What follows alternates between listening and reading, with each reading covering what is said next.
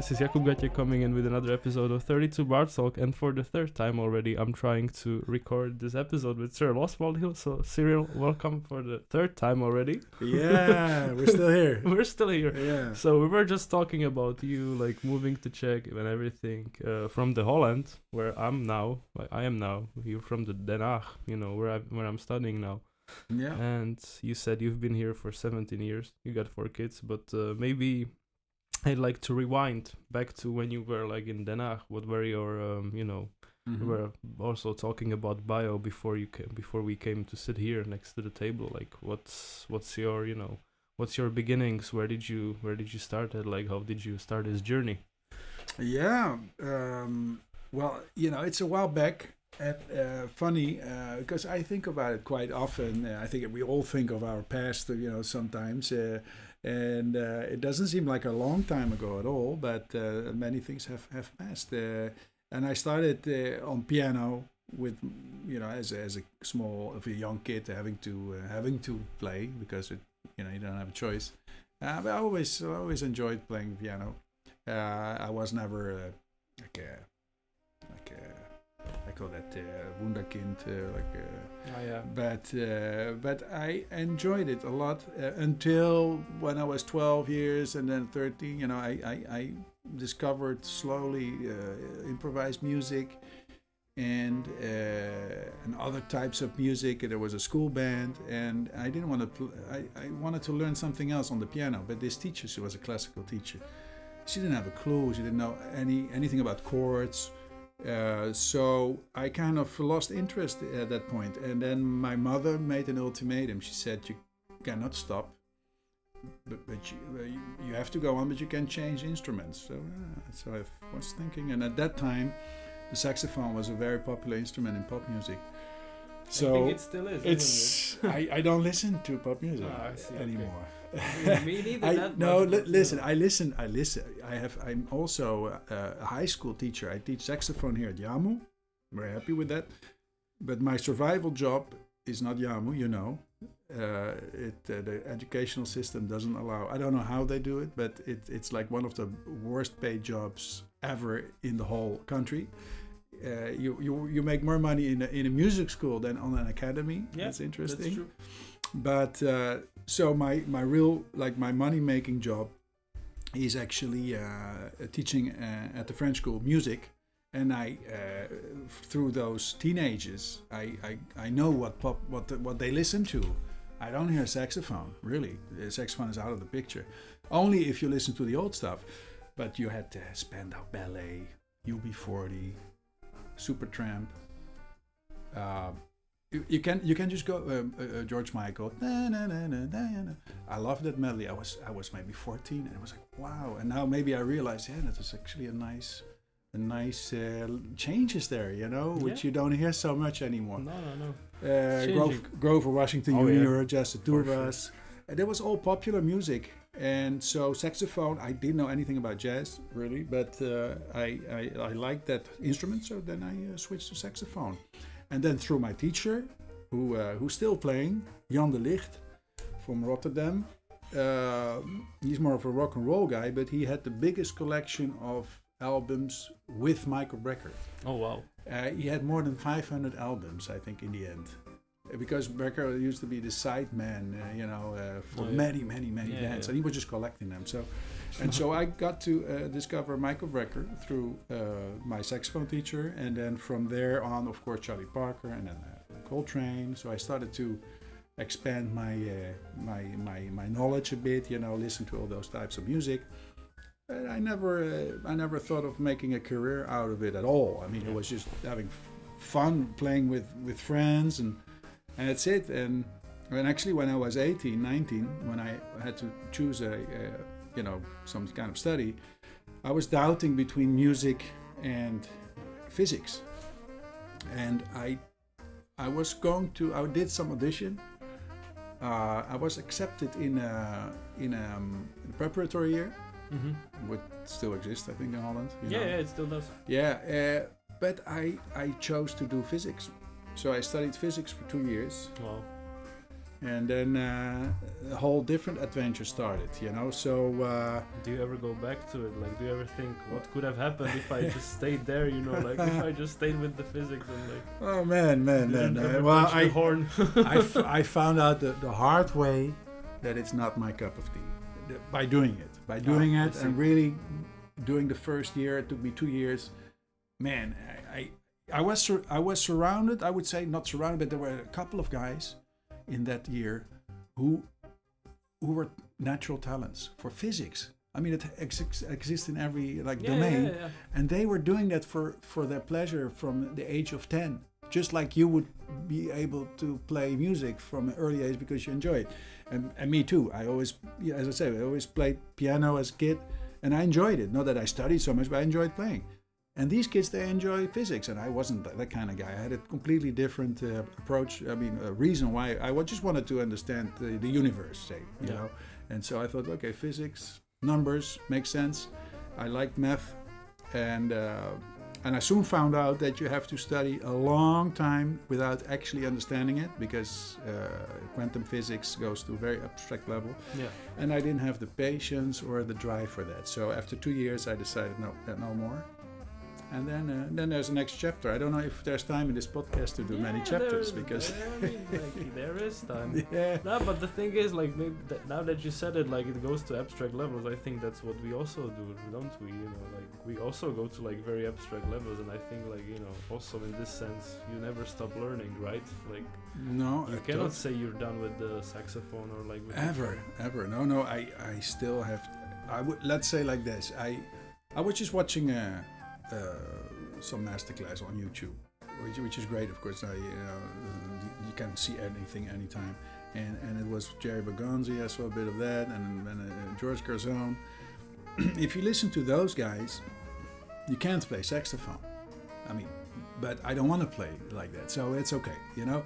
But there's so much to study. There's so much material. These are professional teachers, right? So they come up with, they admit it, they come up with stuff to impress the students, because I think they have to justify their job, right? So, and they cannot, you know, George Garzone said, if Joshua Redman comes along, you know, I gotta tell him something interesting, something he cannot do. Yeah. I'm paraphrasing, but basically this is the thing. So it's a bit like, it's a bit nerdy.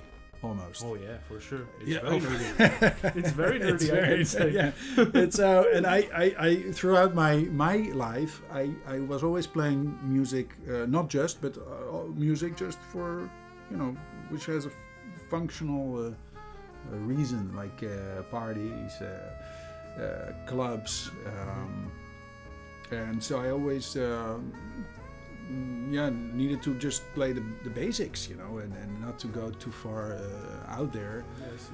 And so I still like that idea, but I don't like too much to overanalyze it. When I step outside, say, of my boundaries, I would take an approach of literal, like, surprise myself, basically. I say, wait, I can do this, you know. This sounds great, but I don't want to overdo that somehow.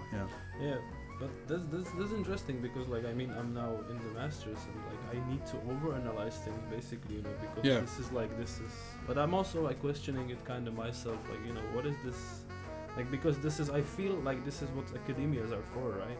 Like, you know, things like this, just like go as deep as possible, and then just like analyze the stuff. So, you know, like, in a sense, we kind of nowadays, I feel like we need to overanalyze stuff for, like, you know, the purpose of analysis, for the purpose of school.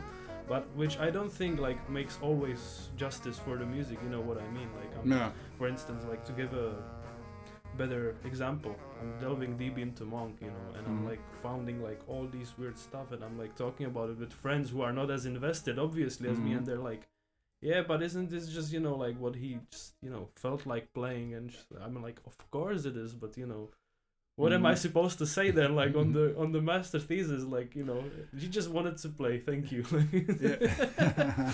No, so it's interesting that you say it, because, you know, like some people maybe tend to be like this, you know, like just overanalyze stuff. Yeah. Well, I had a conversation, you know, in the morning, because I always travel from Prague on Monday morning, you know, 6:45 train, early train with Jerzy Slavik. And is about 3 hours of travel, so we talk a lot about all kinds of stuff. And this was also one of the topics, actually, but we both kind of agree that it can also be a form of insecurity, not being sure of yourself, and having to hide behind lots of complex things, which would also justify that you can see yourself as a good player. Yeah. So you cannot see yourself as a good player before you know this and that and A and B and C. And when you listen to guys who are really influential, like Louis Armstrong or not even like Dexter Gordon, was already much more like like say knowledgeable about certain things, but it's the Sonny Rollins, late Sonny Rollins. Mm-hmm. He goes back to simplicity, and so what is it? So it's a very personal thing, and what I think having a life next to being a musician, I better feel good when I play than be worried about if I play good enough, because then I'm missing the point. Yeah. And I'm already at the age, like I'm 56, so if I still cannot be comfortable with myself playing, so it will never happen. Yeah, but that kind of approach, I had it kind of always, because I always felt that I can try to say to myself, after I study this and that, then I'll be. But that's in Dutch you say het paard. Het paard. Nee, wat zei nou? De wagen voor het paard spannen. I don't know anyway. I didn't speak Dutch. Basically meaning that you are you're inversing like the goal is actually in the way of what you want to achieve, like your methodology. I know what you're saying, but also like to me this feels like more and more becoming like a part of like nowadays problems, or like don't you feel like it, like we have all the like the social medias and everything, so like we just look up, like you said, you just like looked up Jerry Bergonzi, and like maybe he says like, in order for you to like sound great, you maybe need to do this and this. Okay, I need to do this and this, I'll write it down. Then like you watch another one, like I need another guy says like, okay, I need to do this and that. Okay, so that's like already like 2-3 things piled up together, and then just like starts piling up. And then like maybe you think, okay, this is unachievable, I need to like practice, I don't know this, I don't know that, I really need to go through all of it to just like impress maybe someone, like show people that I can do these things, without them saying like, oh yeah, he cannot play, like, oh yeah, he can do this. But I don't think this is like the case, for instance, like with a lot of the professional musicians nowadays. But I feel like a lot of people that I know, for instance, from school, like from The Hague, or like some of them at least, I know that there might be something like this, oh man, like I'm not good enough. I need to kick my ass really hard in order for like to achieve. But like in the end, as you said, like these guys are mostly just like vibing, having fun on the stage, so. Yeah, and if you if I looked at I don't want to cling too much on Bergonzi or Gazan, because I just listen to those things, right? But no, in the sense that I would like to, but I don't want to because I want to talk about other things too. But the thing is that if I want to be content with my playing, I need to just be in that moment.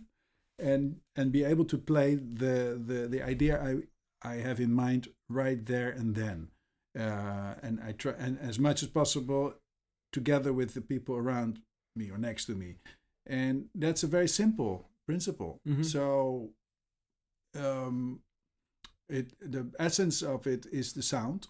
Yeah, and we are both wind players, so we're much more not connected, but we have so much more flexibility compared to a piano player. Also, I think like the sound matters more to us. Because it's very like it's distinct basically. Like who from the records, like how Coltrane sounds like, just by a note, basically. So But the sound can also, the sound is of course you cannot just play one note the whole song. But it's super important. But one other thing would also, of course, we have to keep in mind is that the succession of notes creates a different type of sound. If you play in a certain speed or a certain way, it will sound like Coltrane, or it will sound like shorter. So it's not just that sound, but it's also how you how the flow of the music is putting its stamp on the sound, right? So, and then you need technique, and that's why I bring it up, because then of course comes, okay, what else do you do than playing this beautiful sound? But I mean, it's a different time. Everything is harder in the sense that there's not so many playing opportunities. This is really hard, I would say. If I'm not totally relying on for income on playing. If you have that ambition, it's hard work. I mean, I know a few guys who are making their living with it, and but if you're you're talking about the stage basically, where you're a student and you're not sure of yourself and you want to improve yourself. Is that what you want to talk about? Yeah, no, that was just like, to mention example. It, like, the example of like how about the insecurity. Maybe that all this complexity is a way of kind of dealing also with a certain introvert nature. Mm-hmm. So you're not so comfortable always talking to other people. Music. Yeah. Anyway, so I like the simple things and more. And I just did a project with Jiří Slavík. We just started the project actually. It's called Polka Time. Yeah, okay, that's what I mean. No, you saw it. Maybe you were not here. I wasn't here yet. Yeah, but this no. Yeah, and so that's another. It's the material. So it's Polka Time. It's called Polka Time. The material is basically songs from compositions from Dvořák, Smetana, Janáček, just one, Josef Suk, and arranged for a 9-piece band. Yeah. And the thing is, it's dance music. The progression is 1-5-1 or variations. 1-4-5-1, 1-2. But to play on it, it's very hard. To play on it, not in a bebop or jazz oriented language, And so basically, I'm starting again, in that field. Yeah. So what you said, like you never know. You never know the saxophone. The saxophone maybe but you never know how every style. Yeah. So yeah. But that's the exciting part of the job, right? Like. Yeah, it is. It is. And which is great is that this week we'll start the first rehearsal, because Jiří also has this band called the Survivors. Ah. And they have this. He wanted to do this ska project, reggae and ska. Oh wow! So we start the rehearsals this week, and we'll have a gig in a month or so, and then we go really back to the basics. Wow. Scatterlights, which I never listened really to that. So I'm really back. I'm like a whiteboard in this area of music. Like I don't know anything from that. Well, maybe something if you mentioned, but like. Well, I didn't know the Scatterlights, but this is like a band from the 60s who started to play basically the ska, but with a jazz setup, like in the sense of band saxophone, trombone, and so you have this tenor player, which is kind of really has some jazz roots, but doesn't show it too much. Trombone also, and it stays super basic, and it's a totally different approach. Yeah, and I recognize that from the other limitations, say, of this repertoire with the Polka Time, where also you can only, you could play anything you want, but the idea is not to do that actually, and so it's a completely different language again. Different approach, but it's nice that you said that you're working with the Survivors, because I wanted to kind of go that way. Oh yeah, cool. No, because I know that you have an album, right? Like it's just off the stove basically. It just came out, right? Like, exactly. Yeah. What today's the 21st. I forgot. That's why we're sitting here. That's why we're sitting here in the first place. Jeez. Yeah, but like have a nice trip around. Yeah, So, yeah, I mean, like it's when did it come out? Today's the 21st. It came out Friday, so it's Monday today. Yeah. 2 days ago.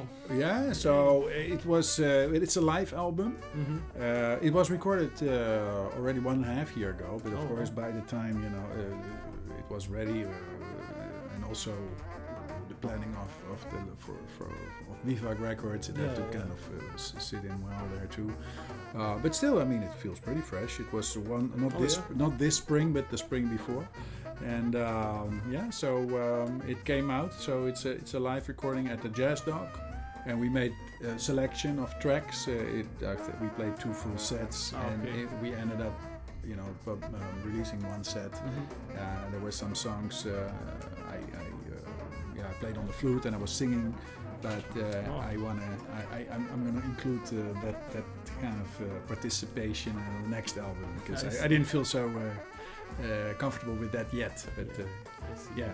No, but that's. I mean, but to me, I was listening to it actually this morning, and to me it kind of felt like, it's one thing that caught me off guard a bit was like, this doesn't have that much of a live song, which is kind of, I'm not saying it in a bad way. Quite opposite, like, because a lot of the live albums have like, or like of the past at least, have like, imbalances and this kind of stuff, and this like just felt like, fresher, like big studio sound, but like not the. Well, that's one of the reasons why we decided to release it actually, because we knew that we had something workable, and it was. I recorded it not so much with the idea to release it. It was really like to document it, and then I used this just like not super expensive mic for the saxophone. This is golden age kind of. Retro mic, but I had a good experience with that, and I use it live there. I'm not 100% satisfied compared to a studio album, because usually I would use 2 mics and have a little bit of a mix between the two.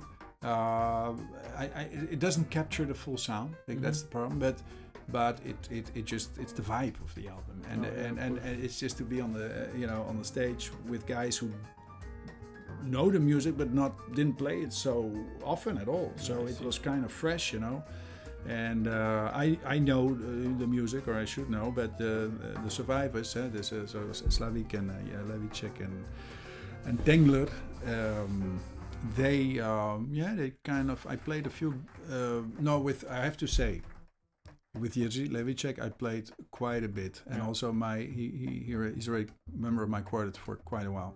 So I recorded before with him. It was never released, but we recorded before. And with Jerzy Slavik I played.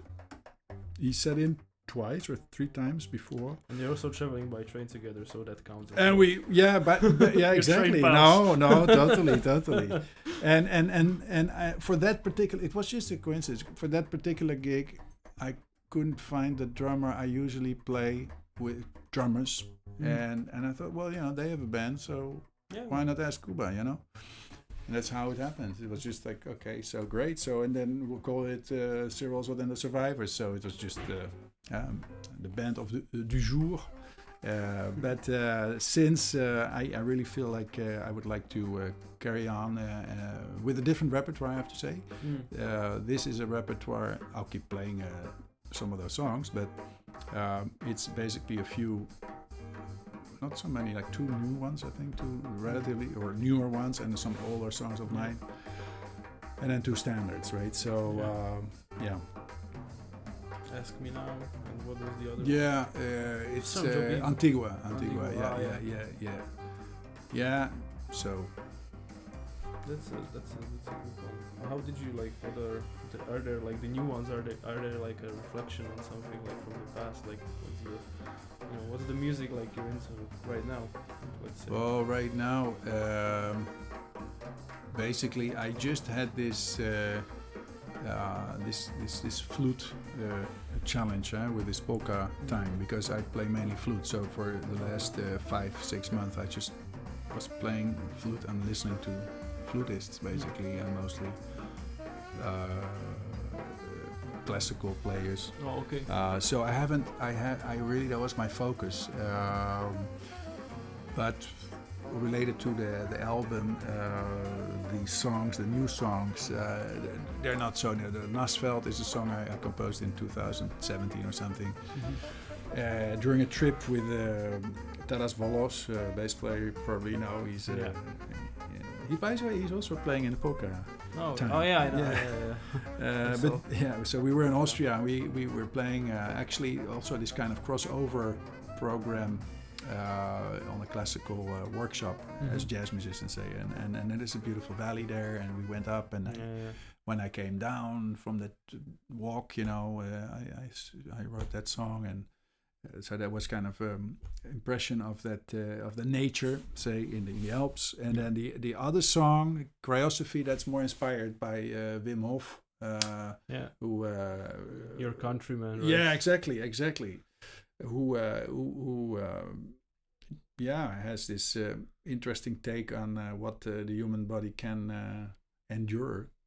Although he got into some kind of media trouble lately. Oh yeah, I saw that. I don't know what it was. I just read something very briefly, just like domestic violence or something. I mean, like.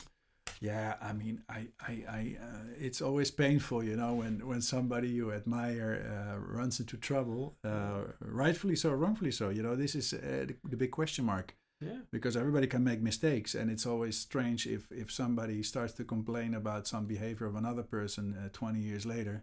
You think, why did you wait 20 years? The guy is famous for at least 10 years. Yeah. Why? Her kids are adults already.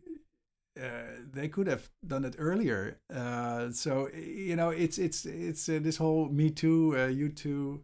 Now there's of course there's the domestic violence, but that's the accusation. But it started. The first thing I think it started like that. It was like a letter to one of the Dutch kind of gossip, actually like the main newspaper, but it's actually a gossip newspaper, the Telegraaf, and it was somebody who wrote an opinion about Wim Hof, totally trashing him.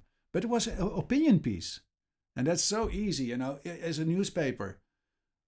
The first time you talk about a scandal, you don't do it through like a journalistic piece of work with integrity. No, you do it as an opinion. Yeah, that's easy to burn somebody. So that already raises the suspicion, because if the first article cannot be factual, but it has to be somebody who said, "Oh, I hate it. I hate him. He should be, he should be burned."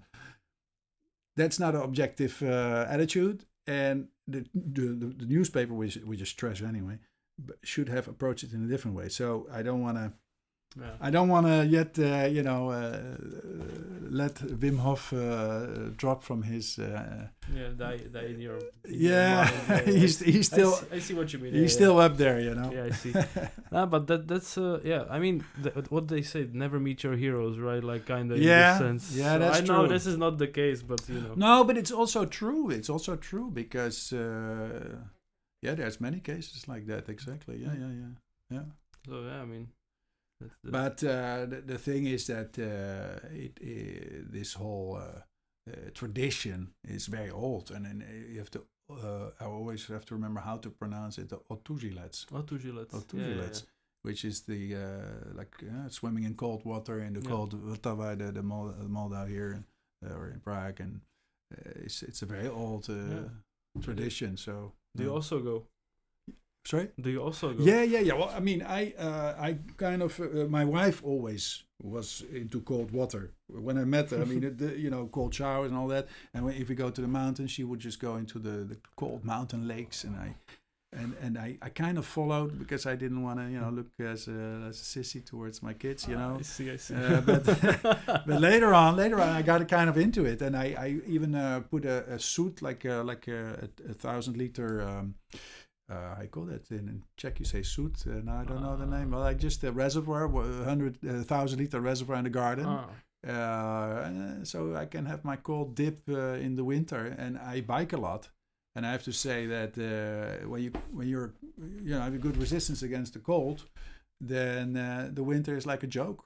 You know, it's like you see everybody covered, and you think, I see what you mean. Yeah, because I mean, like that's a funny thing, because like now living in the Netherlands, you know, I also needed to like basically readjust my whole code levels, you know, because like the heating's not on until like the early November. Yeah, you know. True. That's one thing, and like also the other thing is everyone bikes like all the time, like no matter the weather, like, you know. Could have been the sky falling down and people would still bike, you know, in the Netherlands at least. So true. I'm glad that you're saying this, because like I see that you brought like, you know, your Dutch lifestyle with you. Yeah.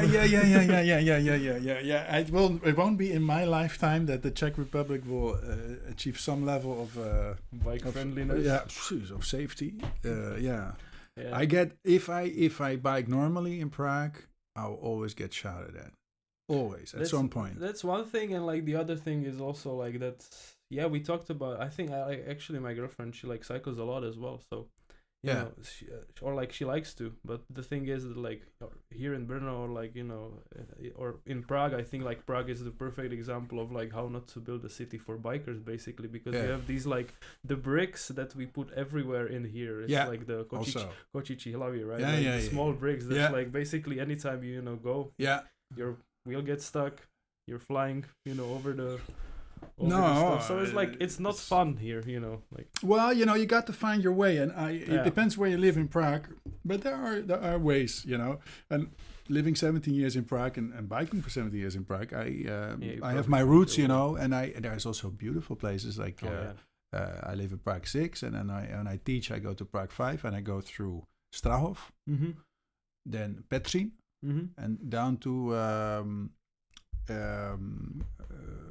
what's the name of the park? Well, it's the same, basically Petřín with the other side. Right now, it's discount.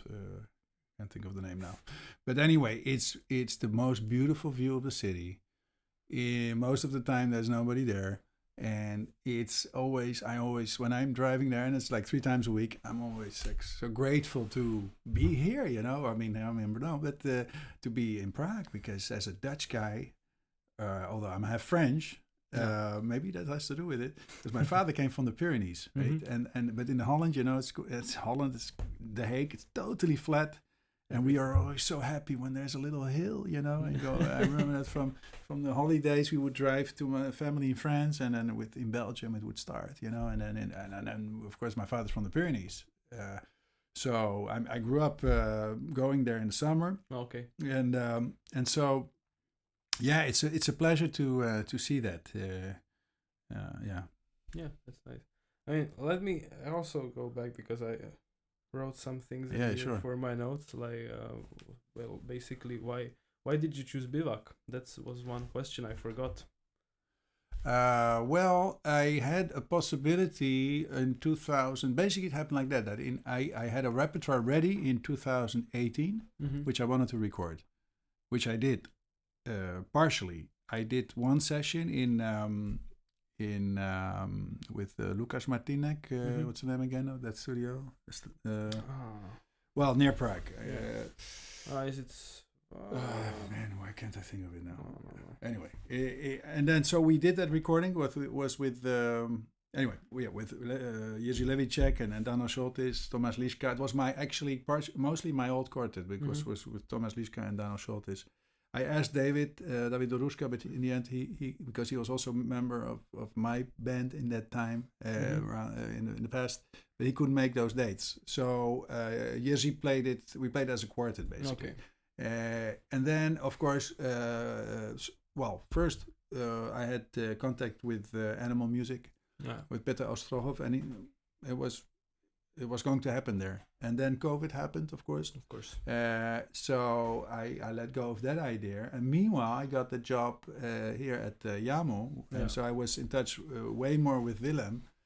And I think Willem is amazing. I mean, he's, apart from all the things he does, it's more like how he does it and how he's able to do it. But I think he's able to do it because he's just a very nice guy who knows how to do things in a very pleasant way, and leaves a lot up to the musicians, up to the artists, say, and so because he is a musician himself, true musician, Peter Ostrohov, he plays some instruments and he sings a bit, I believe, but he's not he doesn't live make his money as a musician.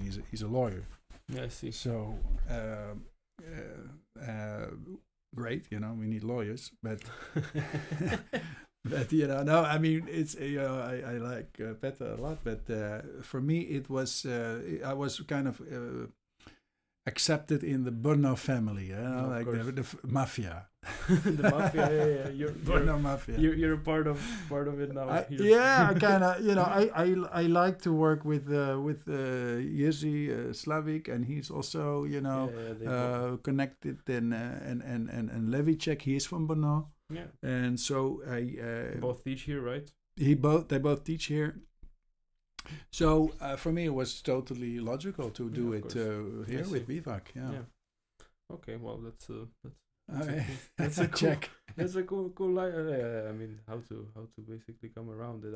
I don't know about your time responsibilities, so.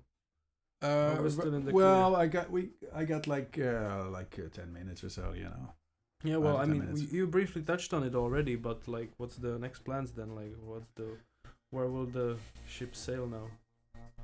Well, I don't want to give away too much. Okay. Because but in the sense that I don't want to make false promises. Yeah, okay. But we can tease it. But I have another fascination for the last couple of years, which is basically we have a cottage, like a true Czech person. Ah, wow! So I'm totally into it. You're into it. Wow. I build it. No, but it's like a nice piece of land, which actually. There's the cottage, and but there's a whole like a big field next to it. Oh wow! Which I purchased when I just got here, basically. Okay. And what I want to do is combine cottage life with concerts. So I want to organize concerts there in the future. I think it would be realistic to think not coming year, but maybe, but the year after for sure. I want to, and this sounds megalomaniac, but it's in a small scale, don't worry. I want to build an amphitheater. Okay. But not the Roman type, just a small, cozy, small amphitheater. Not like, I don't know what's the name of it, like a round, like an auditorium, you could say, but in the field. In the field, with a few levels of seats, like in a half circle, going up. And have a little stage, but all in a natural environment, all plant. It will be full of beautiful plants and things like that. And so I want to organize some small concerts there. It won't be huge, but and to record and to make also some live streaming. Yeah. Oh wow.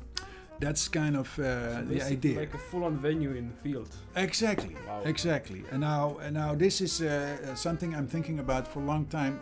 The reason I'm you always think like, oh man, this is a great idea. Maybe somebody did it, but maybe somebody didn't, and they think, hey, this guy has a great idea. I'm gonna do it. So I hope there's not gonna be like 20,000 amphitheaters popping up all over the Czech Republic now. But well, if there's gonna be, we can know that we know that we've been the first for sure here. Like it's recorded. It's gonna come out. So you have your patent here, kind of. So Yeah, but I let's be cool about that. Exactly. But I would also like to do it, combine it with the composition. It's not assignment, but like asking like the people, like, can you write about carrots? Can you write about a sunflower? Can you write Freddie Hubbard about did that already. but that was a little one. I want even big sunflowers. Can you write about big sunflowers? My big sunflower.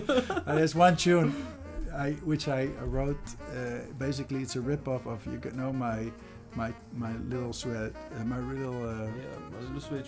shoes, and I exactly, and I made a new version. It's called My Tiny Silk Socks, and it's not recorded yet. Oh wow! But it's a great tune. There's another plan. No, it is. We played it already, and I just have to record it. But to have also, for me that's important that. We talk about changing the world and improving. And musicians, they see themselves also often as kind of a messiah, and a little bit of messiah complex. Artists. But there is something to be changed and be improved. Sure. And I think what I learned the last 2-3 years, say, when I was really delving into it, permaculture, syntropic regenerative farming, basically going back with also new techniques, but going back to a really healthy way of living. And if artists, musicians and others jump on that wagon massively as being the only and self-evident way of improving things, then that would make a difference. And basically I could conclude, because we don't have so much time, but there's city life and there's life in the countryside. Yeah. And what we do, the music, it's mostly related to the city. It's city energy. Oh, yeah. And we're all, all this, what we talked about in the beginning about what notes to play. Who gives a hoot where you're in a beautiful surrounding with the birds, with the sun, with the wind. You're not gonna worry. You're just gonna enjoy that, and you're gonna make music which will be inspired by that feeling. The American jazz, as we usually know it, it's super urban. It's like sure. I mean, the music originated from New York, basically, right? New York. That's that's what we mostly aspired, or used to aspire to. Yeah. Exactly. So I think it's time to turn the page. Yeah. Anyway, it's too expensive to live there, what I heard from so many people for years already. But to turn, I mean, New York has, so you have also upstate New York, right? You have the whole, it's a beautiful, beautiful country. I mean, I don't know it actually, but I heard about it, of course. And the guys, the jazz guys, they end up there, Lovano and Liebman, and they have their beautiful houses in the countryside, for after having struggled for 20 years in the city. Wants to go out. They go out, Exactly. And so I think this country is beautiful in the sense that the nature is always super close, and the people are close to the nature. Yeah, that's true. So this could be reflected in the music, and I think it does. And if you look at Janáček or Smetana, they have always been influenced by like many composers, of course, but by nature, and by folk music, which also comes from people who are close to nature. So that's a bit, I think, for jazz, for say improvised music, it could be interesting to always keep a connection with that. Plus this whole new renewed vision on how to live healthily and how to support a healthy society in a fun way. Yep. Without pointing fingers at, they're doing it bad and this is bad and there's a conflict and there's a war here and there's this and then there.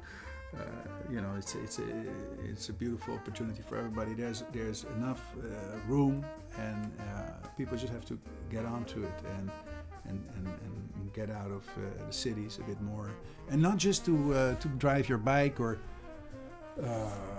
have a walk. People should be more involved in the food production, their own. Where does their food come from, and just put the money where their mouth hole is. Not where what they say, but put the money where their mouth is, but put the money where what they want to have in their mouth, in such a way that life gets better. Because the whole thing is that the control system, which does exist, has power over people because people let it happen, and they let it happen because they're not autonomous enough.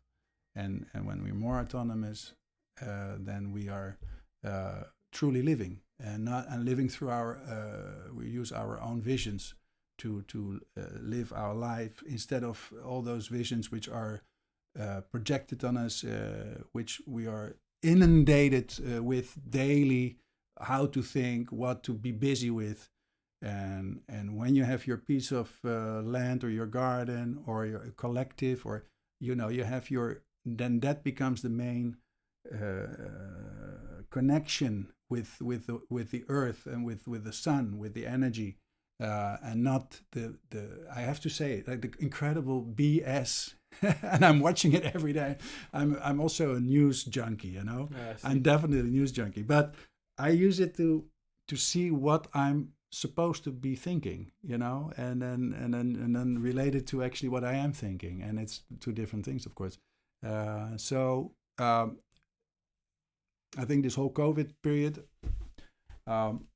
changed a lot for me personally, because that was the first time in my life. I was born in '69 in a free country, and the whole world was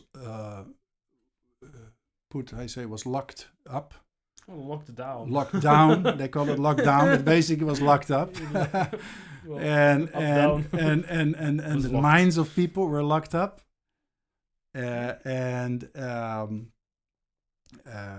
This showed that the thinking of the masses, the big amount of people, can really affect one's personal life in a way that you lose your individual freedom. And this was the big lesson for me, because I thought I come from the West, you know. The people here, the older generation of Czechs, they say, you know, my mother-in-law, for example, you know, you grew up in the West, and you know, exactly, and that's why I don't understand what happened, why it became suddenly a totalitarian situation. And I'm talking as a teacher, I'm talking as a parent.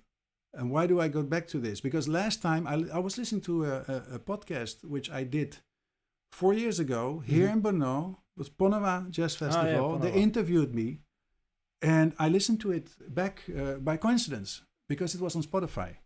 And I checked this album, and I said, hey, I'm on Spotify with this podcast. So I started listening to it, and it was like a throwback, because it was 2020, and I couldn't speak freely. I had to bite on my tongue, because if you say something else, then like if I would say, man, I so disagree with this, with the schools being closed, kids being frightened, having to teach with a mask in the same room, and then play saxophone, and then take the mask off. It's bullshit, complete bullshit. I couldn't say it then. I had to swallow it, man. And that made me actually go look for back to, like, okay, what is the essence? Should I get riled up and angry at the world? No, I mean, what's the point? I have to find my life, make my life as beautiful as possible, and create my own paradise. And that's what I'm doing. So I'm creating my own paradise, and that's what we all should do. And then it doesn't matter what flies around. We just do whatever we want. And another thing is that if you really want to honor all those people who are, say, suffering now in Russia or Ukraine or Palestine or Israel, blah, blah, blah, they should be jealous on your life. They should be jealous on my life. They should envy. They should have something to envy, right? So that's what we have to do. We have to make our life so amazing that this becomes the standard. And it's not easy. I mean, I went here as the last thing. I know I have a student waiting for me, and I'll be a little late. But when I drive here in the morning, it's 6 o'clock in the morning. Take the subway, and I see all those people in the subway at 6 o'clock in the morning. I mean, there will be only a few people who have truly the feeling like, I'm living my life. This is like the top. I mean, I'm on earth, and I reached that ultimate way of life I always dreamt about. How many people 6 o'clock in the subway have that feeling when they go to work? I don't think so many. I don't think so many. So there's still a lot of things to do, but everybody can do it individually. And so this whole thing translates to music too, because if young musicians think like that, don't think as I'm a musician. No, you're a bloody person. You're a living creature on this earth. Be busy with that, and the music will follow. And even if it doesn't follow, doesn't matter. It doesn't matter, because Well, thank you for food for thought. This was Cyrille Oswald and 32 Bar Talk. I'm Jakub Gatěk. Thank you for listening to us, and think about your life. Live it. You don't think too much as well, but definitely think about it. But I mean, these are all I call that last thing maybe. Platitudes you could say, but no, it's not. It's not because if you are radiating that you're having fun on stage, because you're having fun on stage, then it's okay, and that comes from the fact that you're okay, even if things are not going as planned musically or otherwise. And so it has to do. It's a musical podcast, right? Or not? So you have to finish with some music. Yeah, of course. Ta-da, ta-da. Okay. Well, thank you, sir.